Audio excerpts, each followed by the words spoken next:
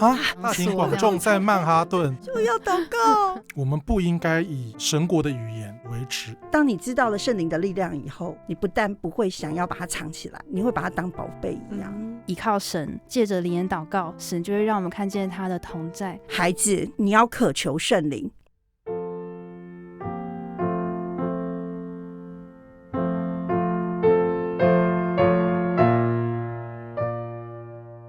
哈利路亚！感谢主又赏赐了美好的机会，让我们可以一起在只见耶稣青年团契里一起团契。我是喜珍，我是欣莹，我是马大，我是路易。我们今天要讨论的主题是青年读使徒行传的时候常见的问题。好，那现在呢，我要开始来考考我们的今天的特别来宾。没错。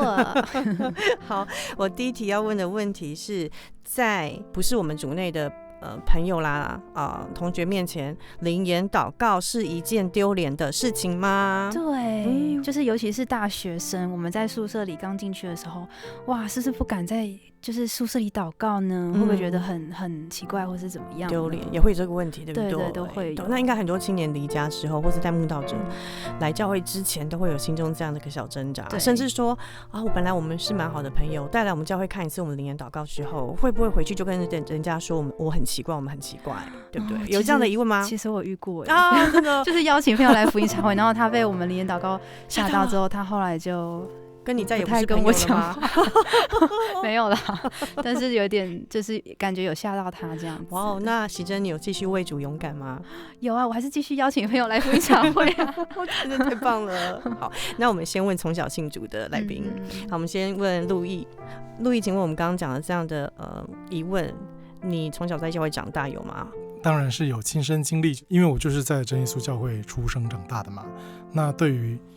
这个灵言我自己非常熟悉，每次台上的这个教导都是说，我们要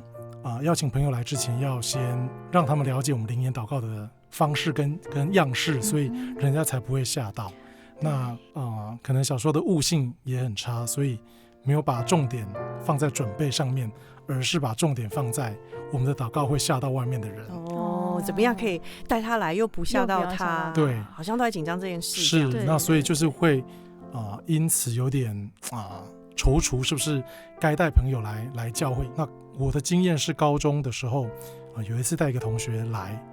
参加我们的这个晚间聚会，那我有先跟他这个消毒过了。那时候就是很没有自信嘛，就是说我们教会祷告很奇怪你不要被吓到哦。那其实有时候你故意一直强调这东西，你其实在催眠对方。而且好像在贬低我们的圣灵，是贬低自己，贬低自己的这个，其实这是神给我们很大的恩典。那果不其然，就照着我所怕的，他来之后他就很怕。哇，怕什么来什么？对，他就觉得你们教会祷告很恐怖，很恐怖这样。那也因此我就更根深蒂固觉得，我们教会祷告对外面的人而言是一个很恐怖的这个事情，所以之后就更不敢让人看到我们祷告的样子。所以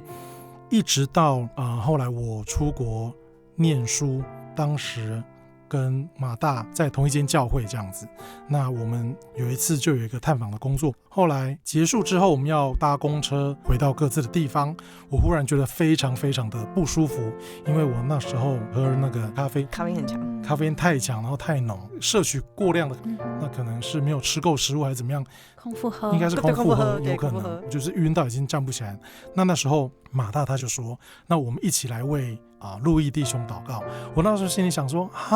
怎么在大庭广众，在公共场所，大庭广众在曼哈顿就要真的就要祷告，人来人往的上东城，然后车水马龙。那他们当时跟一起探访的信徒也就真的是围一圈把我围住，然后让我坐在那个公车的等候的椅子上面，那就开始祷告。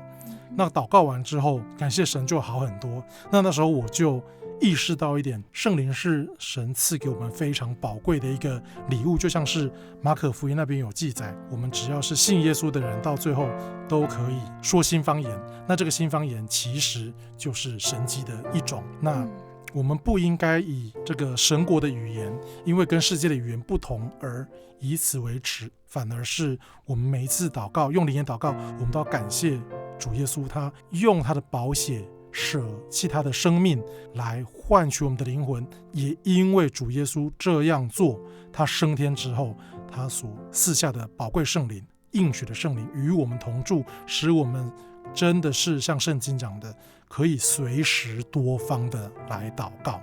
那路易，我可以问一个有点没营养的问题吗？是，就是你那个说你们祷告很恐怖的那位同学，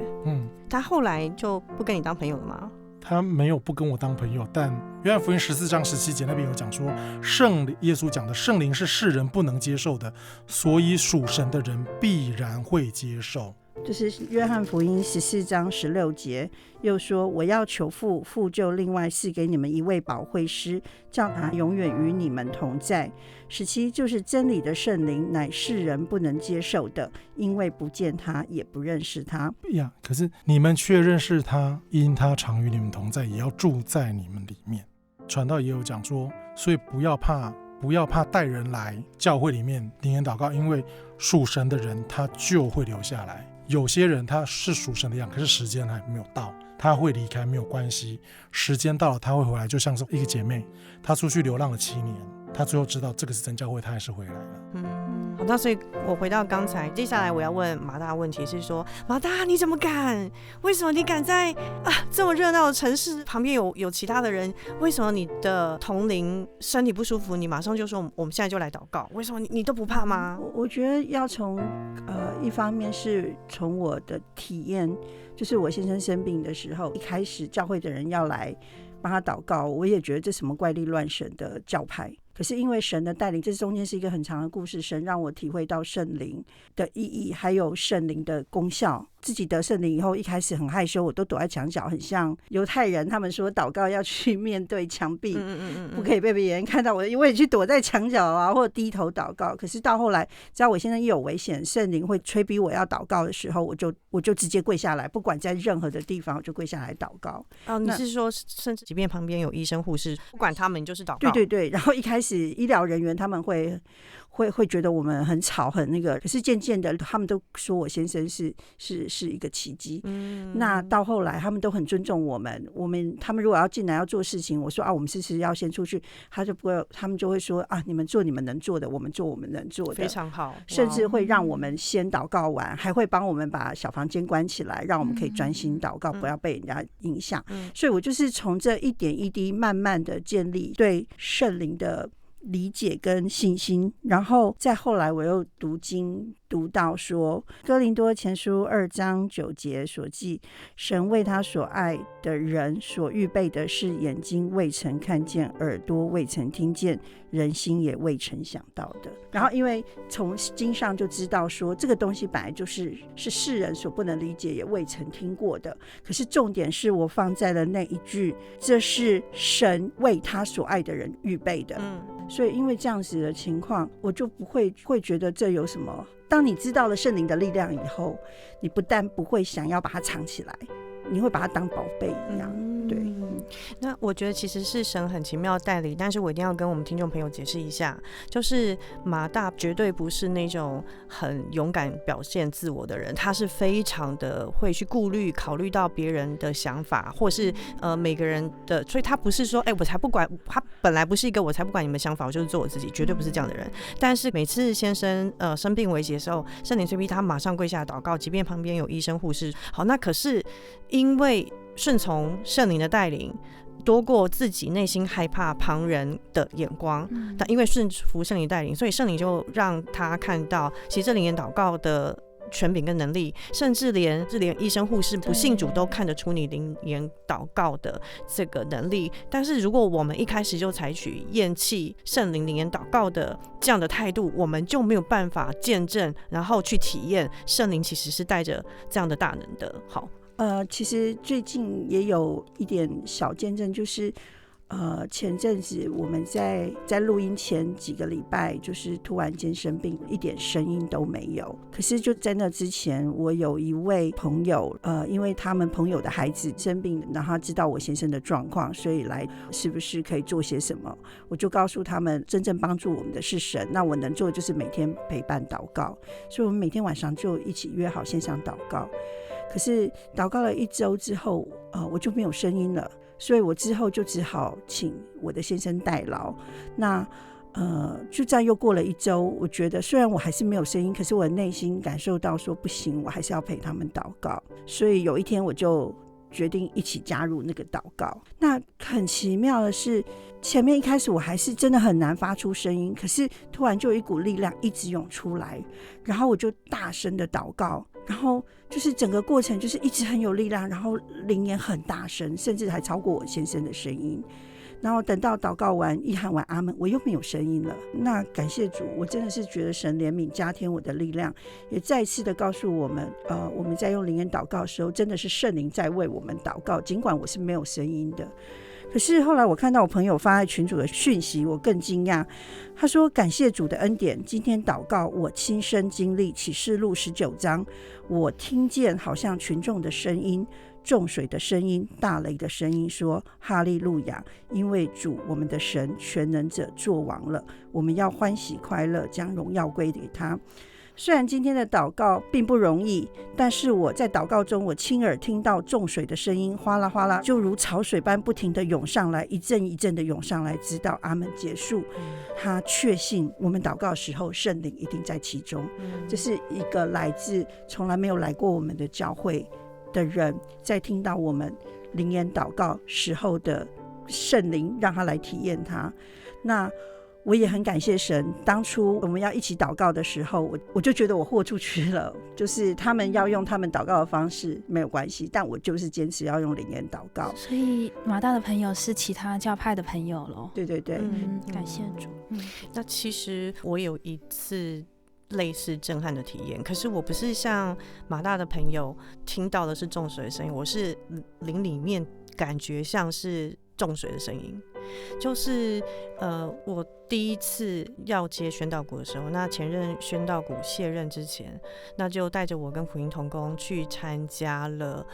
一场的福音人员进修会还是灵修会这样的活动，那是要到其他的教会去参加。前宣道股就是约非常早的时间去，那我那时候就会想说，哎呦，教会又没有很远，为什么要这么早就集合？然后果然我们非常早就到了，提早了大概20几分钟。然后我想说，我们这么早来会很无聊吧，要等吧？结果没有想到，我们到的居然是算晚的，就是各教会的福音同工几乎都已经抵达，然后会堂已经90%满了，就是在这个灵修会的开始的时间前快半个小时就已经跪满了一群的福音工人，然后就已经开始祷告。然后我那个时候真的觉得很羞愧，就是就自己总会想说，对，就想说踩着线上点，人家是就是提早这么多的时间去预备祷告，然后我那时候听到大家祷告的声音，我真的是在里面感觉到，就是这群主所爱的工人祷告的声音像大水的声音。那不是说耳朵里面听到的声音已经变成大水的声音，只是灵里的感受是这样。然后我那时候心里一个震撼，你会感觉到他们是在祷告上愿意为，即便只是一个灵修会，也愿意提早时间在祷告上去做预备的工人。那我觉得这样才是属神的精兵，这样子。对，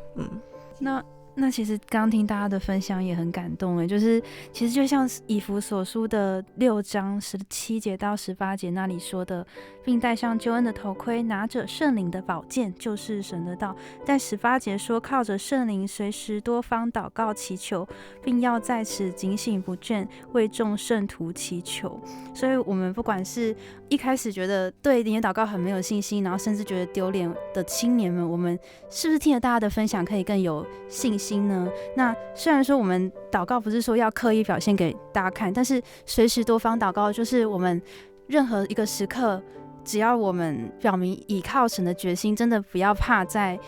任何一个公共场所，我们就是倚靠神，借着灵言祷告，神就会让我们看见他的同在。那刚刚新颖也分享到说，我们也可以靠着祷告成为神的大军队。好，那下一题，这一题也非常不容易，读使徒行传第2章啊，然后的第2节，就是灵恩大降的时候啊，得圣灵的时候，好像圣灵得圣灵像一阵大风吹过。那什么叫大风吹过？我可以回应一个吗？就是我自己的祷告的体验，就是在灵恩会期间，不是有很多的祷告的时间跟机会吗？那其实有几次我觉得很像，虽然不是物质的风的感觉，但很像是一开始我祷告的时候很没有力量，甚至是肉体疲惫有点没有精神的祷告，但是祷告到后来，圣灵好像风这样吹过，然后我就感受到我的灵言祷告的声音跟会众的祷告的声音一起，好像如火眺望起来那种被圣灵充满的感觉。这是单一事件的体验，就一次？其实有1-2次都是这样，就是可能一开始是软弱的祷告，但是后来就是越祷告越有精神，然后越祷告感受到圣灵的帮助跟充满，甚至想到了很多可能做的不太好的地方，然后被神提醒，后来又重新认真的把分散的注意力集中回来，跟神认真的祷告。在结束的时候是感动的落泪的状态，这样子。我是有听过我们教会的长职有说过，他就是说以前曾经有一次的祈求灵恩，然后就大家祷告到一半的时候，突然就真的感受到一阵风吹过，那阵风吹过的地方1、2、3就是风吹过的地方的求圣灵的那几位就得圣灵，这样子。我有听过这样的见证。对，好，那如果我们有找到相关的见证，我们也会把它收在下方的资讯栏，大家可以去参考这样子。好，那接下来要问的问题是，大风吹过之后，圣经上这边写说舌头如火焰显现，那请问如火焰显现到底是什么意思呢？对啊，先考今天从美国回来的来宾路易。好，这个如火焰显现，小时候听道理的时候，就是很常听到说，我们得圣灵的时候，你的舌头就会像火焰一样跳动。这样。对啊，那问题在哪里呢？这没有问题，因为舌头如火焰跳动，这是没有错。但是圣经的经文的记载，我们来看使徒行传第2章第3节，这里讲说，又有舌头如火焰显现出来，分开落在他们个人的头上。所以我们祷告时候，舌头的确也是像火焰一般跳动，可是圣经的记载又是另外一个意象。有时候我们在听道理的时候，我们会觉得自己听到的就是圣经的记载，但是再重新来看圣经的时候，其实圣经的记载是另外一项的神迹。那为什么会有这样子的疑问啊，或是答案？对，主要是我在一次这个灵修会，然后就听到传道讲这一篇的道理，就说当时这个圣灵降临的时候，有舌头如火焰是分别落在个人的头上。我那时候心里还疑问，想说传道你是不是讲错？怎么会在个人的头上？每个人的舌头怎么会跳到别人的头上呢？但是后来传道叫我们看第3节，果然这是一个神迹，它其实是像异象一样，有如火焰般的舌头是在人的头上。那我当时听到了，记起来了，可是应该也是不够专心，所以没有记得非常深。所以在有一次这个灵恩会禁食祷告的时候，我就又讲说，当时他们得圣灵的时候，圣经记载是说他们的舌头如火焰般的跳动。后来一下来被纠正了，对不对？对，一下来之后，就有一位姐妹，她非常好心的过来就说：路易弟兄，你刚刚讲的，请问是在使徒行传的哪一章哪一节？我以为她是忘记我刚刚讲哪一章哪一节，她要补抄这样子，所以我就说是2章第3节。那她就说好，那可能你刚口误讲错了，因为圣经记载的确是舌头如火焰显现出来，分别落在他们头上。那为什么我会想要再跟你确认？是因为这一位姐妹她在一次祷告当中，神也让她看到这样的异象，在2000多年后的真耶稣教会祷告，其实就跟使徒时代圣灵五旬节降临是一模一样的景象。她就是亲眼看到这个舌头像是火焰一般落在前面人的这个头上，那个人就得圣灵。好，那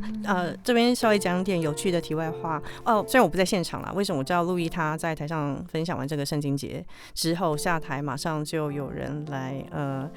跟他说这地方好讲错这样子。那因为我自己有类似体验，其实我在美国的第一次带领读经跟第2次带领读经，每次结束都有人来纠正我，然后我那时候其实是有一点小惊吓，因为在台湾不会有人纠正你，就算觉得怪或不对，就放在心里面就过，不会当着你的面讲。对我来说是一个非常大的震撼，就是说第一个我会震撼到这个文化是说真理的正确性，对真理正确性的看重胜于人情，所以它可以保存这个教会整体在真理上的一个纯正跟的追求。好，那也是对神的话语的一个尊重。那我第二个震撼的是，就是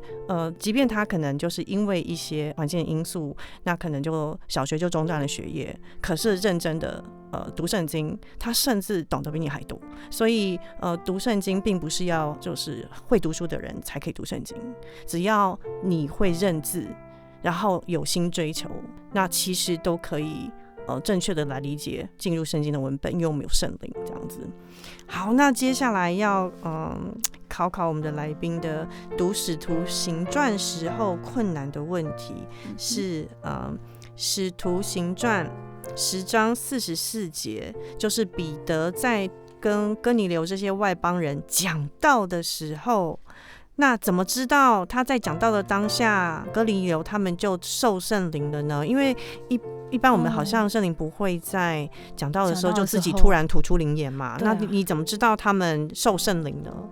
那这样当然这个反映出来就是说，那受圣灵不是心里面自己的说我自己受圣灵，它一定是有外显的，可以让讲道的人都看得出来说你受了圣灵嘛，对不对？然后通常我们都会说受圣灵是讲灵言，那在讲道中是怎么知道他是受圣灵的状态？哪一位来宾要帮我们回答？那这个问题我可以回答。有一次有一位同龄，他也是很小时候在教会出生长大的这个同龄，问我说他看不懂使徒行传10章44节这边这个为什么听到的时候得圣灵到底是一个什么样的模样，为什么会知道这个人得圣灵呢？对，那我虽然也是小时候在教会出生长大，可是因为我也没有遇过这样的情形，所以我也不知道。那后来感谢神，有一次在这个灵修会的时候，我就把这个问题来问传道，那传道就说他本身遇过一次这样的经验，就是他有一次在讲道的时候，有一位慕道者，他那时候坐在第一排，那他讲到一半的时候，这位慕道者就开始全身颤抖了起来。那传道一看就知道应许的圣灵已经降临在他身上，所以他整个身体一直不断的抖动起来。可是后面的人并不知道这位慕道者他已经得圣灵，还以为他天气太冷还是这个室内空调太冷，怎么一直抖成这样，所以还想要就是让他保暖一点，不要再继续抖下去，就给他外套，给他外套这样子。那果不其然，在他们这个讲道结束之后的祷告，这位慕道者一跪下去一开口奉主耶稣圣名祷告哈利路亚，他的灵言就非常大声的说了出来，也证实了这个使徒行传第10章44节的这边我们现在所发生的，其实在2000多年前圣灵降临在听道人的身上是一模一样的情形。所以年轻人或是在道理上面对圣经不是很了解的人，像我有时候在看圣经的时候看不懂，对，是因为没有办法用信心领受，我们都要用常理或是我们觉得经验过的这个事情，我们才会觉得这是真的。所以我们并不是信真理，我们是用自己这个感官世界的东西来验证，来想要验证圣经的真伪。对，但这个不对，因为我们没有经历过不代表圣经是错的，反而圣经就是真理，它就是对的。我们虽然没有经历过，我们必须用信心相信。那一切记载在圣经里面，这本圣经里面的都是真理，不论我们有没有经历过，我们都要谦卑的相信。有些人神给他们这个机会恩典，让他们可以经历过这其中所写的，但是有些人像我没有办法经历过这些圣经所写的所有的事情，但没有关系。我想要跟大家互相勉励的是，就像是多马一样，多马因为看了才信，他也是信，他也能得到祝福。可是像我们这些我们还没有看见我们就已经信的人，耶稣承诺我们没有看见就信的人，我们的福分要比多马还要更大。对，那我也让我真的突然有很深的感动，就是真耶稣教会有这么多的神迹奇事跟这么多的见证，其实真的不是要我们去依赖这些神迹奇事，这些神迹奇事是一方面要来帮助我们一方面也是要来证明我们所传的道。我真的觉得我们是很幸福的，因为我们教会里面有这么多的见证，我们真的好像是被云彩包围着，真的见证的云彩包围我们。那这些见证不是只给当事人，是给我们所有愿意爱主、愿意相信他、愿意来到主里面我们共同的见证。那在这里其实我也想到，其实这真的也是一个很大的神迹。试想看，如果不是有这一个神迹，当时的犹太人他们认为他们是被拣选的民族，他们的福音仅限于他们自己犹太人身上。如果你是彼得，如果没有圣灵的带领，你敢到这个外邦人家里来吗？不敢啊，不一定敢，对不对？也许敢来，但是你敢回去告诉使徒们说，这些人因为圣灵降下来在一切听到的人身上，因为听见他们说方言，称赞神为大。之后彼得就说，这些人既受了圣灵与我们一样，谁能禁止用水给他们施洗呢？你敢这么勇敢吗？一定是要圣灵必须有外显的证明说他们真的是受圣灵，不是一个心理感受，会有一个很明确的证据，太抽象了，要有明证。如果我们说我们信了就有圣灵，或我们受洗就有圣灵，或我们有好的行为就够了，其实主耶稣真的不需要用这么大的心力安排彼得重看见证，然后来到外邦人家里，又在听到的时候受圣灵。彼得真的不会有那么大的勇气，也延续到彼得回去敢面对使徒，告诉使徒说他们受圣灵。如果他们信了就有，他回去就说他们都有圣灵了，你觉得使徒会相信他吗？我觉得非常困难，几乎是几率是0吧。对，因为对犹太人来说，他们的必须分别为圣，他们是独居的民，所以要让他们做这样的事情真的太困难。也因着这样的神迹奇事，所以从此以后福音就可以传到外邦了，临到我们的身上。那我其实我觉得真的很感谢神，也是因为就是马大是成人之后才来信主，才会在看这一段外邦人来信主的这一段经验，会有我们从小信主不会有的这个角度。对，那非常感谢神的安排，我们今天可以听到这么美好的分享。对，在这里也有另外一个主耶稣的教导，就是我的先生他得到神很大的恩典，所以他非常的相信这份信仰。但是因为他也是一个很温柔的人，所以在求圣灵上面他一直都有困难，他没有办法就是像我们说的迫切的去求，情思迫切的去求，所以他一直觉得说这是一个应许，那主耶稣要给他终究会给他。结果在他信主的前几年，他都没有办法很努力的求圣灵。那一直到有一天，那时候有一位学妹也来信主了，我们3个人常常在一起祷告。突然有一天晚上，我们在祷告，就是我跟学妹都是用灵言祷告，突然间我学妹的就转成悟性了，而且是不像她的声音。我学妹是一个娇滴滴的女生，可是她突然变成很严肃很低沉的声音，然后说，孩子，你要求圣灵，你要渴求圣灵，你要渴求圣灵，像渴求大苹果大葡萄大面包那样。然后说完什么意思啊？大苹果大面包是什么意思？学妹也很讶异，学妹说她为什么圣灵会讲这个话？为什么要讲这个？学妹吓到，她从来没有这么严厉的。她是讲中文吗？她讲中文。她突然间就从灵言转成中文，然后完了又回去灵言祷告。那祷告结束之后，她吓到，我们也吓到了。她吓到是她她不知道自己在讲什么东西。再来就是她也从来没有用过这么严厉的口气对我们，所以他一直跟我们说对不起，我不知道我为什么会讲这个。可是我跟他说我们知道，因为我先生在生病的时候他是气切，一直都不能够喝水吃东西，也因为他的神经被破坏，他的那个肠胃机能都没有，用鼻胃管喂食都会吐，所以医护人员就不太敢给他喂食。那时候他已经清醒了，有一天晚上我进去的时候，他就很忧伤的脸，我就问他你怎么啦？他就拍拍他的肚子，把2只手举起来比着，就是画大圆，画了3个圆。他想吃吗？他想吃那个面包？真好有想象力哦，是吗？可惜那时候你不大在。圆形后来我真的哦猜了很久，我最后拿纸给他，那我那个给他写纸都还有留着。他写说好想吃大苹果、大葡萄、大面包。他在他每个食物前面都写个大，因为他又饿又渴。那我当时很难过，就是因为他这样子，所以我吃东西就会想吐，因为真的觉得他太痛苦了。但真的感谢神让我们走过。可是多年后，神就提醒他要求圣灵，求圣灵，要渴求圣灵到你当时那个又饥又渴，然后你非常想要的那种心情。所以感谢神，后来我的先生就开始积极的求圣灵，只要一有祷告的 session，他就一定会冲去祷告，即使是我们到别的教会去帮忙圣工，只要到了祷告的部分，他就冲进去了。真的很感谢神。那我可能要帮忙听众朋友再说明补充一下，就是我们年轻的朋友啊，因为我们多半都是身强体健，很少有人有生过重病住院，然后甚至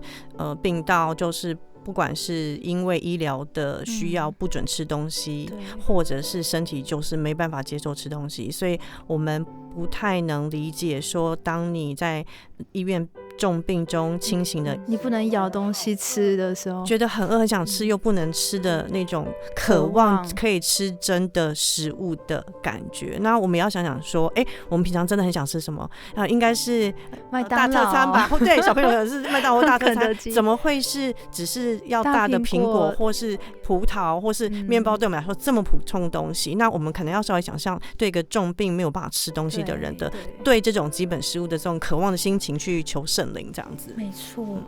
其实那个体验也给我一个，因为我得圣灵是相对的比较容易，可是借由这次的体验让我知道真的不是信而受洗就有圣灵了。所以如果是信的时候就有圣灵的话，在使徒行传的19章，其实保罗好像也不会需要这样问他们，你们信的时候受了圣灵没有？对，那我觉得这是神的一个明证，因为我先生的信比我更坚定，而且他也受洗了，可是神却明明白白的告诉他要求圣灵，而且要渴求圣灵。那马大的分享啊，也让我想到路加福音的11章，告诉我们要勤辞迫切的求圣灵。天父岂不更将圣灵给求他的人吗？圣灵是真的非常非常的宝贵。如果我们在很小的时候就已经得到圣灵的青年们，我们真的要好好的珍惜。对对对，好，感谢主。因为时间的关系，我们的节目要先告一段落，但是呢，我们接下来还有下半段的分享，请大家要记得继续收听哦。大家平安，大家平安。